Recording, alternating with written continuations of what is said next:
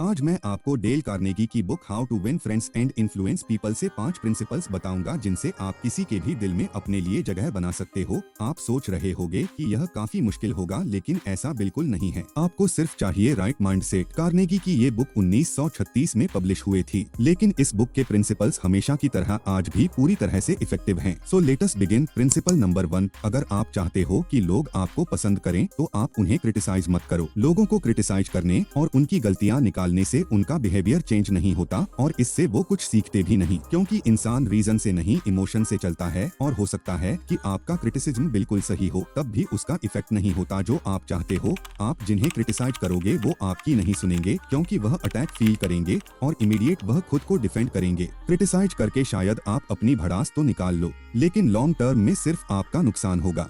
लोग आपको पसंद नहीं करेंगे। कई सक्सेसफुल लोगों ने यह आदत बनाई है कि वह कभी भी किसी को ओपन क्रिटिसाइज नहीं करते। बेंजामिन फ्रैंकलिन ने उनके सक्सेस का सीक्रेट बताया था कि वह कभी भी किसी को क्रिटिसाइज नहीं करते थे। अब्राहम लिंकन अपने विरोधियों को पब्लिकली क्रिटिसाइज करते थे। एक बार उनके क्रिटिसिज्म से परेशान होकर उनके विरोधी ने उनको तलवार से लड़ने का चैलेंज दे दिया। इससे लिंकन डर गए। उन्हें लगा कि यार यह क्रिटिसिज्म करने की आदत तो मेरी जान पर बन आई। उसके बाद से उन्होंने लोगों को क्रिटिसाइज करना बंद कर दिया। बल्कि सिविल वॉर के दौरान जो लोग सदन के लिए बुरी बातें करते थे, उन्हें लिंकन ने कहा कि उनकी बुराई मत करो, क्योंकि अगर हम भी उनके जैसे हालात में होते तो हम भी उनके जैसे ही होते। लोगों को क्रिटिसाइज करना काफी आसान है, लेकिन उन्हें माफ करने में काफी हिम्मत चाहिए। तो अगर आप चाहते हैं कि लोग आपको पसंद करें तो आप लोगों को समझने की कोशिश करो, उनकी गलतियां एक्सेप्ट करो और आप एक रूल बना लो कि आप कभी भी ओपनली उन्हें क्रिटिसाइज नहीं करोगे, क्योंकि क्रिटिसिज्म आपके लिए ही बुरा है। प्रिंसिपल नंबर 2, अगर आपसे कोई गलती हुई है तो इमीडिएट एक्सेप्ट करो। गलतियां हम सब से होती हैं। अगर आपसे भी कोई गलती हो गई है और आप पर गुस्सा करने के लिए और आपको नीचा दिखाने के लिए कोई बिल्कुल रेडी बैठा है, तो उस इंसान को अपने फेवर में करने का सिंपल तरीका है कि आप क्विकली और क्लियरली अपनी गलती एक्सेप्ट करो। ये कैसे काम करता है, देखिए। ऑथर डेल कार्नेगी के घर के पास एक जंगल था। वह डेली वहाँ पर अपने कुत्ते के साथ वॉकिंग पर जाते थे और उनकी आदत थी कि वो अपने कुत्ते को चैन से नहीं मानते थे और जंगल में कोई आता जाता भी नहीं था, तो इसकी जरूरत भी नहीं थी। एक बार एक पुलिस ऑफिसर वहाँ आ गया और उसने देख लिया कि कार्नेगी ने अपने कुत्ते को खुला छोड़ा हुआ है। उसने कार्नेगी को डांटते हुए कहा, आपने अपने कुत्ते को चैन से क्यों नहीं बांधा है? क्या आपको मालूम नहीं है कि यह कानून के खिलाफ है? इस पर कार्नेगी ने जवाब दिया, हाँ मुझे मालूम है, लेकिन मुझे लगता है कि यह कुत्ता यहाँ पर किसी को नुकसान नहीं पहुँचाएगा। इस बात पर पुलिस वाला और गुस्सा हो गया। उसने कहा, आपको क्या लगता है, कानून को इससे कोई मतलब नहीं, यह जानवर ही तो है और अगर बिगड़ गया तो किसी बच्चों को काट सकता है या फिर किसी गिलहरी को मार सकता है। इस बार तो मैं आपको छोड़ रहा हूँ, लेकिन अगली बार फिर ऐसा हुआ तो मैं आपको और आपके कुत्ते को अदालत तक जरूर पहुँचा दूंगा। कार्नेगी ने यह गलती फिर ना करने का वादा किया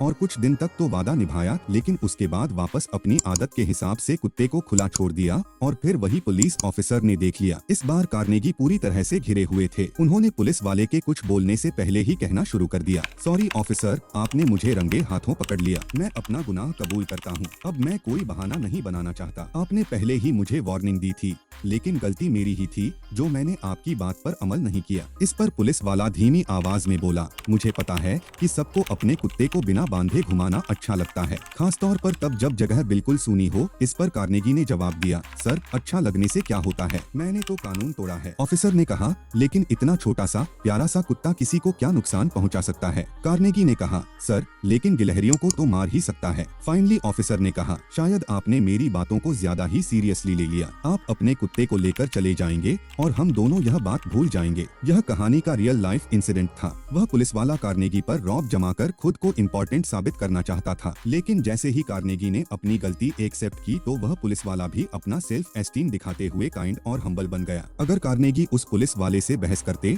और अपनी बात पर अड़े रहते तो शायद रिजल्ट कुछ और होता। वैसे भी भैया पुलिस वालों से बहस नहीं करना चाहिए, चाहे वह किसी भी देश के हों। तो अब आप भी यह टेक्निक यूज करके देखो। अगर कोई आपको आपकी गलती पर डांटने वाला हो तो आप उससे पहले ही अपनी गलती मान लो और खुद की बुराई करना शुरू कर दो। आप अपनी सारी गलतियों को दिल से एक्सेप्ट करो जिनके लिए आपको डांट लगने वाली है। आप ऐसा करोगे तो जो आपको डांटने वाला है वह आपके लिए हम्बल हो जाएगा और आपको माफ कर देगा, जैसा कि उस पुलिस वाले ने किया था। 100 में से 99 टाइम ऐसा ही होगा। प्रिंसिपल नंबर 3, अगर आप चाहते हो कि लोग आपकी हेल्प करें तो आप उन्हें अप्रिशिएट करो, यानी उन्हें सराहो। हम सब चाहते हैं कि लोग हमें हमारे काम के लिए अप्रिशिएट करें, हमारी तारीफ करें। हमें अप्रिसिएशन अच्छा लगता है। तारीफ और अप्रिसिएशन की डिजायर इंसान से मुश्किल काम करवा देती है। अप्रिसिएशन के लिए लोग हाईएस्ट माउंटेन्स पर चढ़ जाते हैं। अप्रिसिएशन की डिजायर सुपरहिट नॉवेल लिखवा देती है। डिजायर $multi-million कंपनी खड़ी करवा देती है। एक स्टूडेंट एग्जाम में टॉप करता है, यह सोचकर कि उसके पेरेंट्स उसे अप्रिशिएट करेंगे। तो इससे हमने क्या सीखा? बुरे काम के लिए पनिशमेंट देने के मुकाबले अच्छे काम के लिए अप्रिशिएट करना एक बहुत बड़ा रिवॉर्ड है। तो अगर आप किसी से कोई काम करवाना चाहते हो तो मेक श्योर कि वह जानते हो कि आप उन्हें हमेशा अप्रिशिएट करते हो, ना कि उनकी बुराई करते रहते हो।